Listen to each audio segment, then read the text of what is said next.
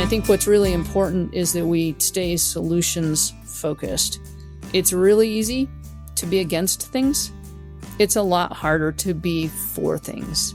I think that's a central role for Western Landowners Alliance. Is it's a place where we come together with these different experiences, with a lived experience on the land, and we ask ourselves the questions, what do we want that future to look like? What would help us keep these lands intact and healthy now and long into the future? Welcome back to the On Land Podcast. Today, we're bringing you a timely conversation with Lesli Allison, the CEO of Western Landowners Alliance. Major shifts are happening in federal policy. Funding freezes, staffing cuts, and growing uncertainty. And Lesli breaks down what these changes mean for working lands and the people who steward them. We'll talk about the challenges landowners are facing, the opportunities to shape the future, and why landowner leadership is needed now more than ever. I'm Zach Altman. Here's my conversation with Lesli Allison.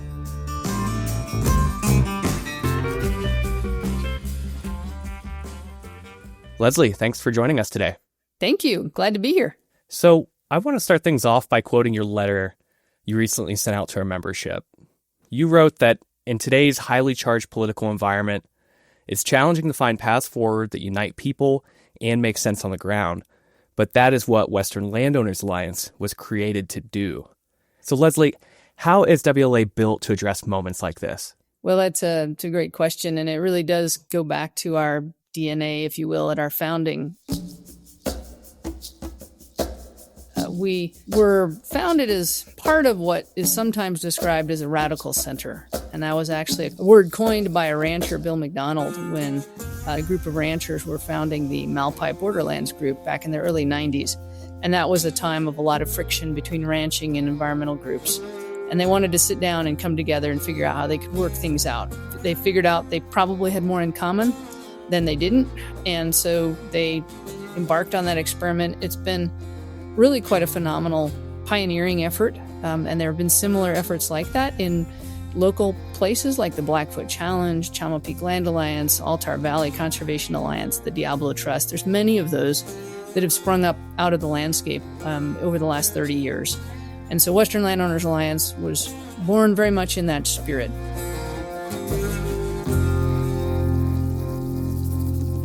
We believe that having some way to have sustainable prosperity, for example, while conserving our best lands, wildlife, and resources for ourselves and for future generations is really a common ground and nonpartisan goal.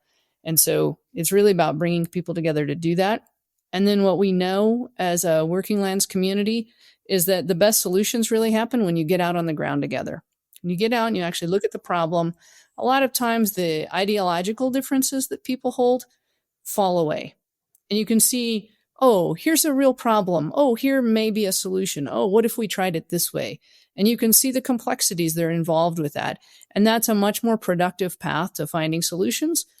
So WLA is a landowner-led nonpartisan organization, always has been. How does that perspective shape how we engage in federal policy?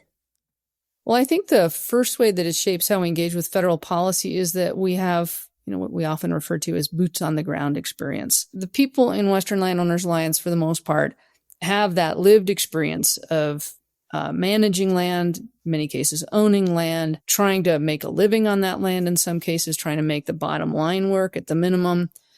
We've got to operate businesses in these places. We've got to be part of our communities.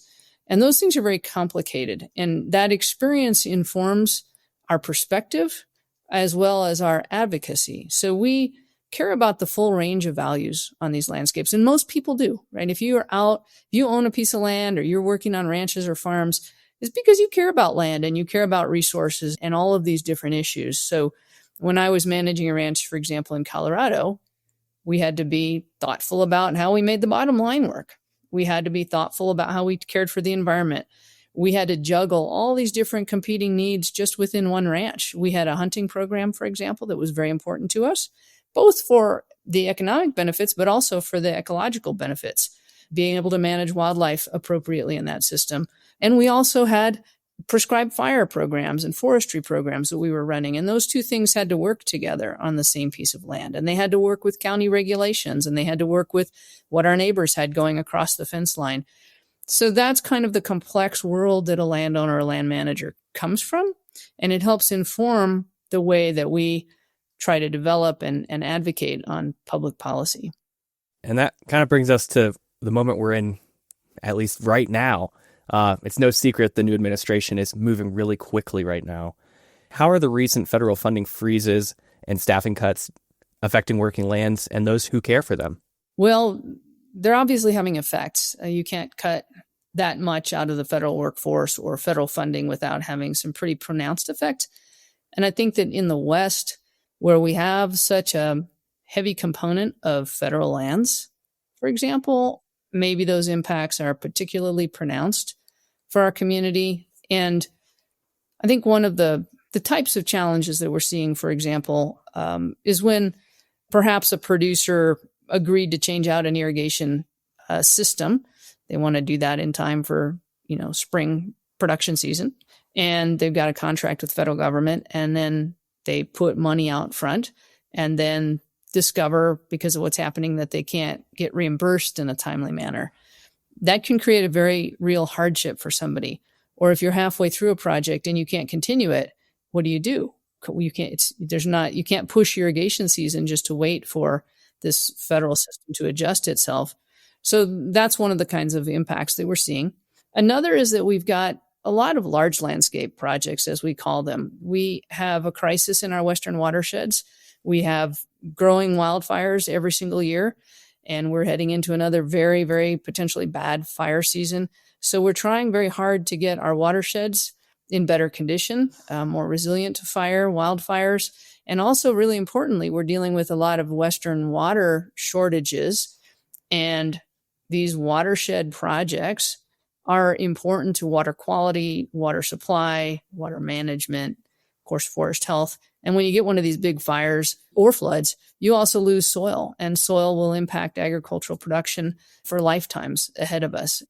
A lot of these kinds of projects are frozen, and when they're frozen, they not only create potentially the effects that I've just described, but just sort of mechanically, we have to apply for grants. These require matching grants. So if you got a federal grant, you then have to go out and get a matching grant to be able to make it work, which is great. We leverage different types of monies.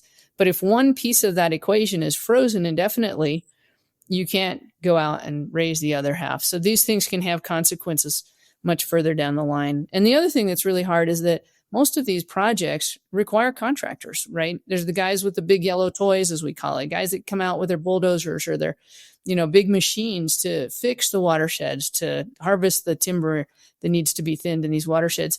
And those guys have payrolls to make. They have, equipment payments that they need to make. And so that stop in federal funding also goes deep into the private sector throughout the West. Yeah, thank you for laying that out. And I know you've been having a lot of conversations with the landowner community lately. What are you hearing from people on the ground? How are people feeling? What's kind of the pulse? Yeah, it's really mixed. I mean, the country is very mixed. You see that in the news and you see it out on the ground. There are areas of consensus, but to talk about the areas of difference a little bit first, there are a number of people that really do feel like we've got to get our fiscal house in order. We've got to get the budget under control in this country. We've got to get our spending under control. If you're looking out, decades down the line, what shape will we be in? What will our kids inherit?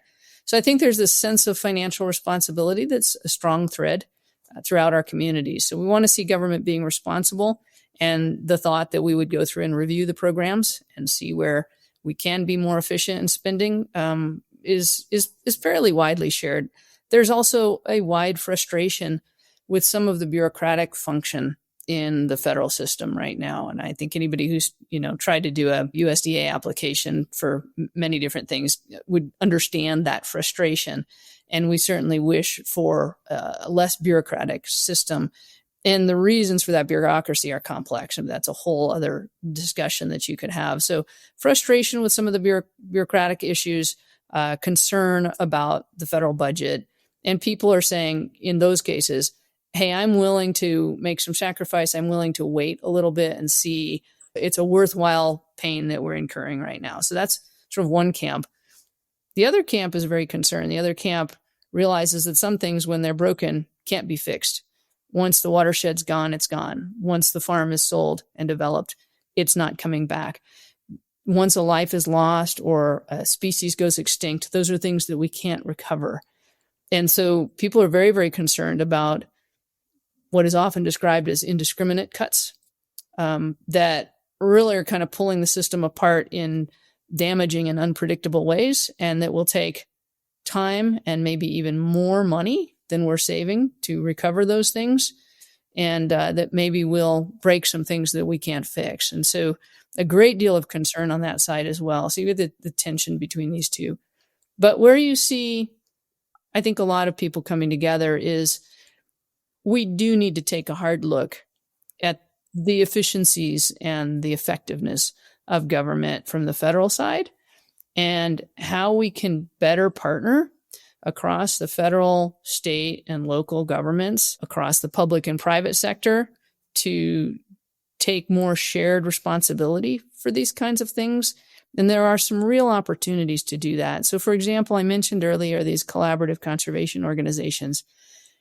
They're already out on the ground. These are producer-led efforts. They've got broad and trusted networks and do a lot of good work connecting the dots for federal agencies. They're working across BLM, Forest Service, private and state lands, doing big watershed scale projects, helping deliver farm bill programs. And we'd like to see more partnership with the federal system in the execution of these programs. We think we can actually save some money and get some very good, better directed work done on the ground. So looking for those partnership approaches and those collaborative approaches, I think there's consensus that there's a very important ongoing role for the federal government. It's threaded through so much of our lives, and certainly in the West. There's an ongoing federal responsibility to the federal lands management and to the communities that are affected by that. There continues to be a need for effective government, and we don't want to dismantle that in a way that makes it worse instead of better. So that is an area, I think, of fairly broad consensus. I think there's a great deal of consensus on wanting to strengthen our local communities, empower them to be more self-reliant. But that also, that we find consensus of this, doesn't mean cutting the federal purse strings. It doesn't mean leaving states and communities high and dry to fend for themselves. So I think that's where we find quite a bit of consensus. This brings me to my next question for you, Lesli. In your letter, you call on landowners to take a leadership role right now. What does that look like, or what could that look like in practice?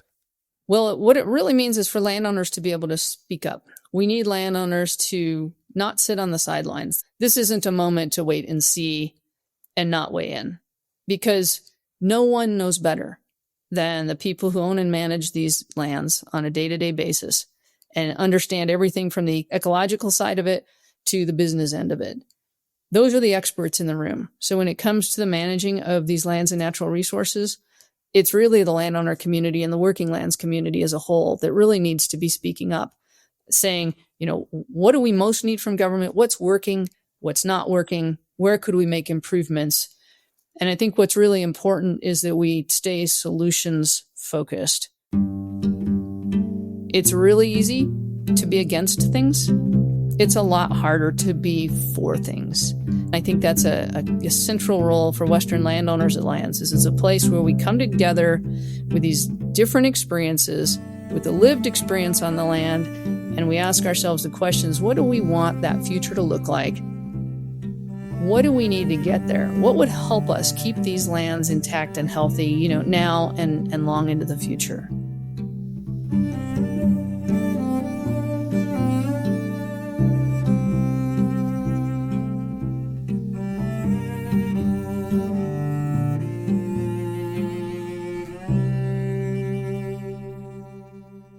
And I think the thing that I would like people to really remember is that the working lands, these are the lands that are actively managed by people for a variety of different resource values, from food and fiber to wildlife and energy production. These are actively managed lands.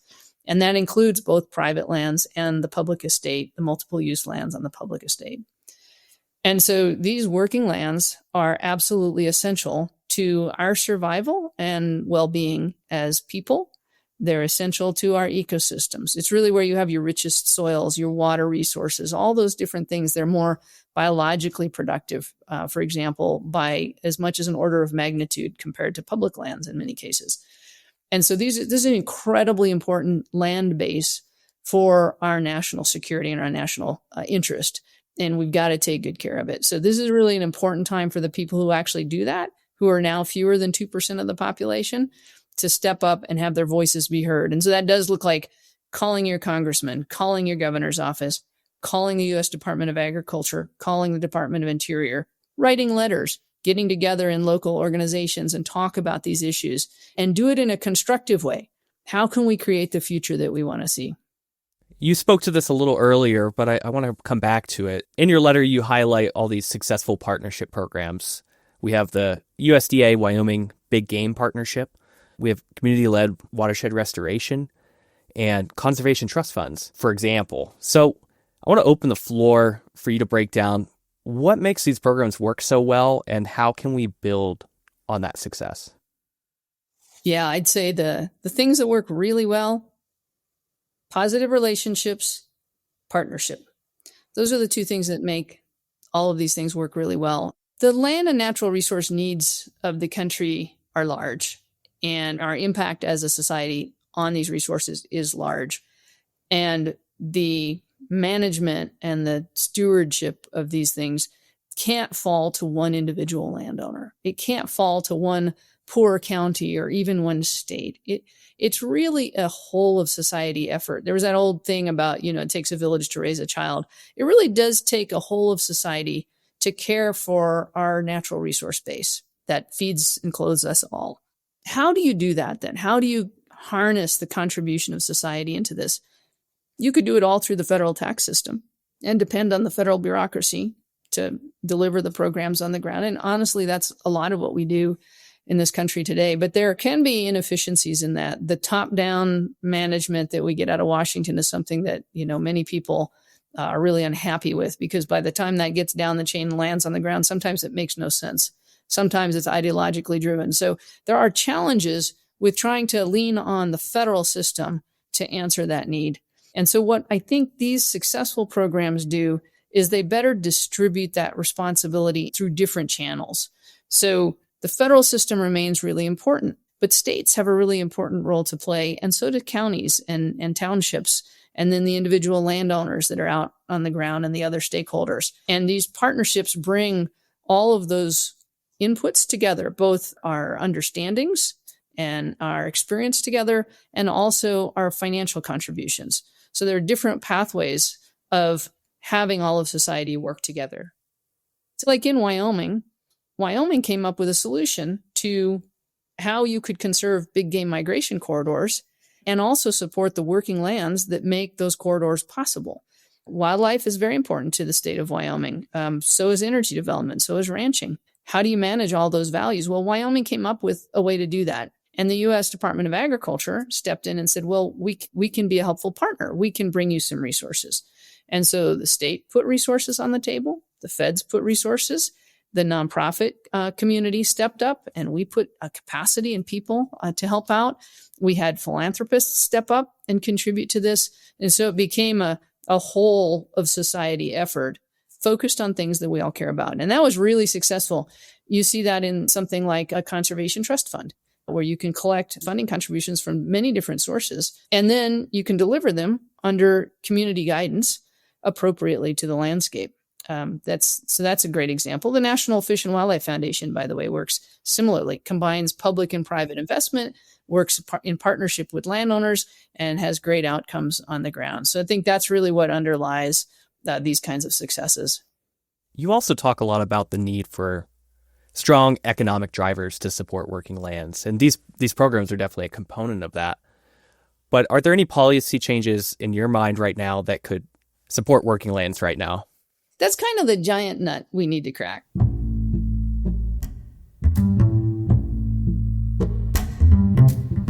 We need to take care of the lands and the natural resources. We need to take care of our ecosystems and our watersheds. But they're really not what we would call economic drivers that support that. Society as a whole will pay for a house. They'll pay for oil and gas. They'll pay for food that somebody's produced. But we don't really have a way to pay for wildlife, say, or, functional watershed, things like that. And so we've really leaned a lot on government to come in and try to make up that gap. What the public doesn't pay for, the government's going to help landowners and communities to take care of.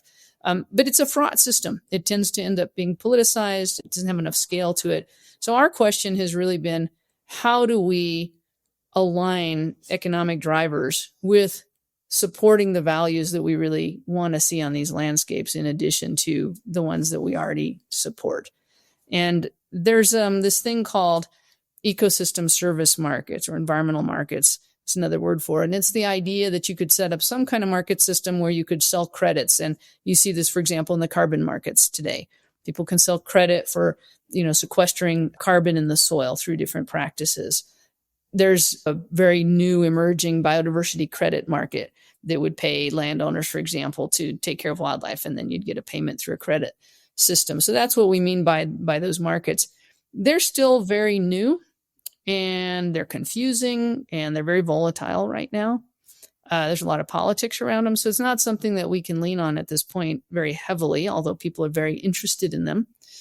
And so what we're looking to do is to develop simple market-based mechanisms like habitat leasing, where a landowner might be doing livestock production, but also has to hold in the winter times a huge herd of elk that is migrating across his or her land, and that those elk come with some cost to the landowner. They consume the same forage that the livestock consume, so it reduces their ability to run a certain amount of cattle and stay economically viable. So the habitat lease we developed in Wyoming in partnership with Department of Agriculture was one that would compensate landowners for acres that are being impacted by elk. They can still graze. They just have to manage their land in a way that enables the elk also to find some forage there. So you have a kind of a harmony as much as you can between the elk and the livestock.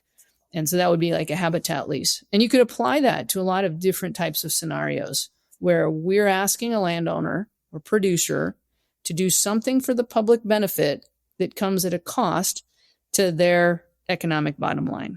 And it's a fair and simple exchange for that. It's very flexible. So that's one of the things we're looking at.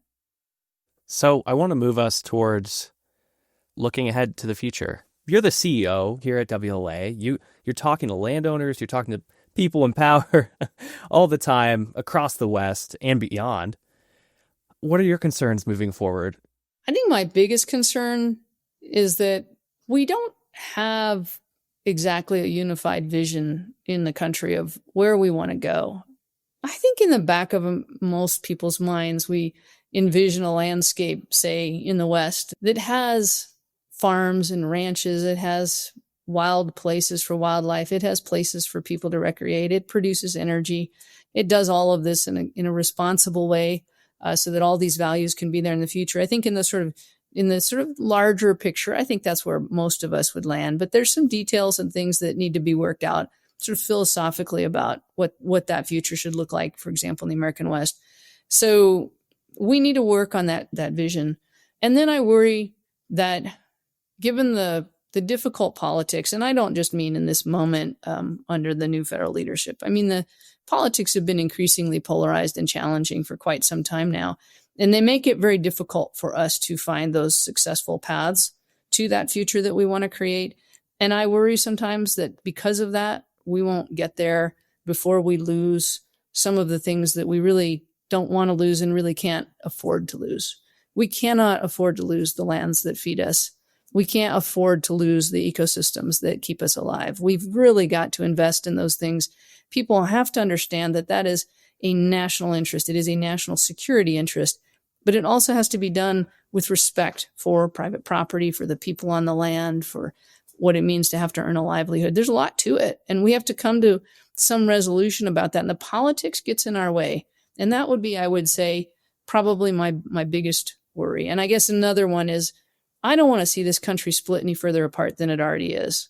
I'd like to see us get on a path to getting closer together. And I think we do still have vastly more in common than we have apart. And so I do worry that social media And all the influences and the disinformation today is not helping us in that regard. To wrap up today, what gives you hope? And are there opportunities in this moment that landowners should seize?